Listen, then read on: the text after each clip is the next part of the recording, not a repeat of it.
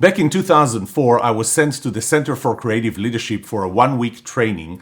It's a pretty high-end training, and it involves a lot of pre-workshop self-assessments, 360 assessment. It's called Developing the Strategic Leader. So this was all about my leadership skills. At the time, I was running a $100 million business unit with 89 people, and I needed to obviously be a better leader.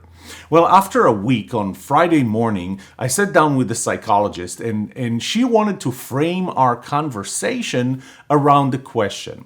Now, she had noticed that I have worked for a lot of startup companies, and at that time I was working for a company with 35,000 employees, a public technology, very large company that was anything but a startup. So the question she wanted to frame our conversation around was, am I a startup person or a large company person? And I said, there's another question that bothers me even more. Am I a leader or an individual contributor? She thought about that and she said, yes, great. That's a great question. Let's frame it around that. We talked for 2 hours. After the 2 hours, after everybody was done, we had our graduation.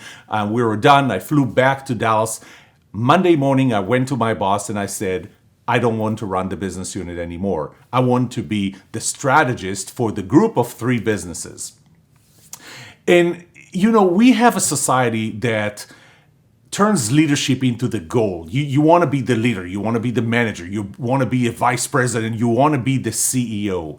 To me, that Monday morning or that weekend was actually the realization that I don't want to be the CEO. And we also have something that I don't know if you ever heard of, the Peter Principle. It's actually a book that came out in the 60s. And it talks about the principle put down in one sentence is that a person will always get promoted to their level of incompetence.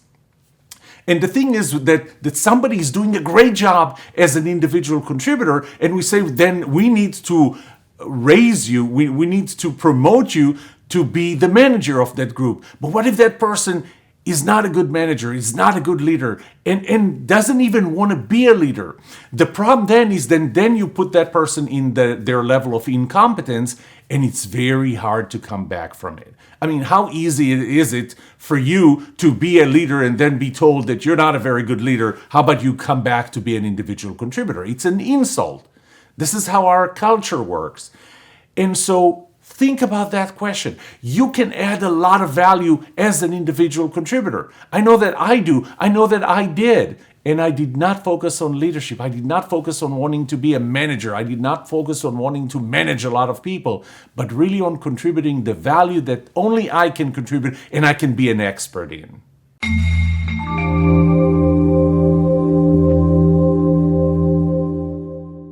The answer to these 2 questions will have the biggest impact on your personal or professional success or failure. Can I trust you, and can you trust me?